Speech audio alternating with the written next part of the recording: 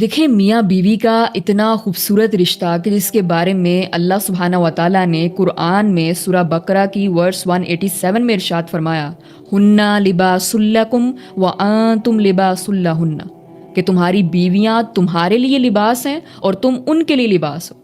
اور سورہ روم کی ورس 21 میں فرمایا، وَمِنْ آیَاتِهِ أَنْ خَلَقَ لَكُم مِّنْ أَنفُسِكُمْ أَزْوَاجًا لِتَسْكُنُوا، کہ اللہ کی نشانیوں میں سے ایک نشانی یہ بھی ہے کہ اس نے تمہاری ہی جنس سے تمہارے لیے جوڑے پیدا کیے تاکہ تم ان کے پاس سکون حاصل کرو۔ اتنے خوبصورت رشتے کو کہیں پر کچھ شوہروں اور کہیں پر کچھ بیویوں کی وجہ سے اتنا بے سکون، اتنا کمپلیکیٹڈ، اتنا بدصورت بنایا گیا ہے کہ نوجوان نسل شادی سے دور بھاگتی ہے۔ اور خاص طور پر جب کچھ برے شوہروں کی سٹوریز سامنے آتی ہیں تو نوجوان لڑکیاں شادی سے خوفزدہ ہو جاتی ہیں۔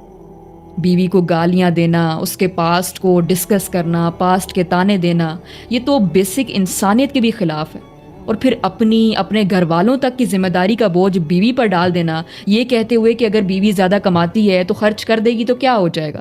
بات دیکھیں خرچ کرنے کی نہیں ہے، بات ذمہ داری کی ہے کہ اللہ نے خاندانی نظام کا CEO جب مرد کو بنایا ہے، قوام کا ہے، تو پھر کیوں آپ اپنی ذمہ داری سے پیچھے ہٹ رہے ہیں؟ یعنی بیوی نے کدھر جانا ہے، کیا پہننا ہے، کس سے بات کرنی ہے، یہ سب بھی میری اجازت سے ہوگا کیونکہ میں شوہر ہوں، اللہ نے مجھے قوام بنایا ہے۔ لیکن جب خرچ کرنے کی باری آئے گی تو بیوی کرے گی، تو پھر آپ کس بات کے قوام ہوئے؟ میں سمجھتی ہوں کہ قصوروار عورتیں بھی ہیں جو شادی کرنے سے پہلے جذبات کو زیادہ امپورٹنس دیتی ہیں، دین کو بالکل بھی پریورٹی نہیں دیتی۔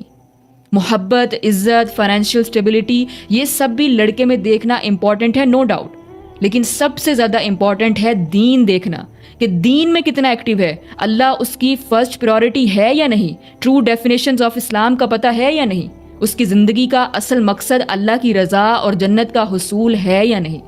جو انسان گاڈ اورینٹڈ ہوگا نا، وہ تو بیوی تو دور کی بات ہے، کسی اجنبی انسان کے ساتھ بھی بدتمیزی، بدسلوکی، حق تلفی کا سوچے گا بھی نہیں۔ تو ہمیشہ شادی کرنے سے پہلے دین کو پریورٹی دیں، دین دیکھیں۔